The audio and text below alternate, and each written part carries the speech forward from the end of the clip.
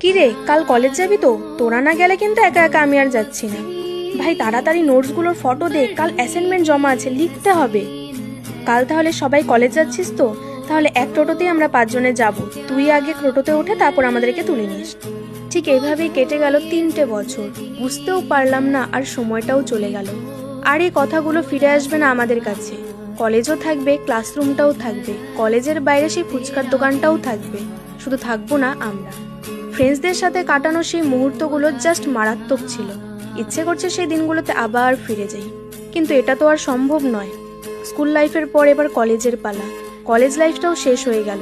দেখতে দেখতে কত বড় হয়ে গেলাম আমরা। এই দিনগুলো আর ফিরে পাবো না। হয়তো আজ আমরা 5-6 জন বলছি আমরা রোজ একে অপরের সাথে দেখা করব, কন্ট্যাক্ট রাখবো, কিন্তু কারোর দ্বারাই সম্ভব হয় না। সময় তো নিশ্চয়ই চলে যাবে, কিন্তু হৃদয়ের মধ্যে স্মৃতিগুলো চিরজীবন রয়ে যাবে। অনেক মিস করবো তোদের সবাইকে।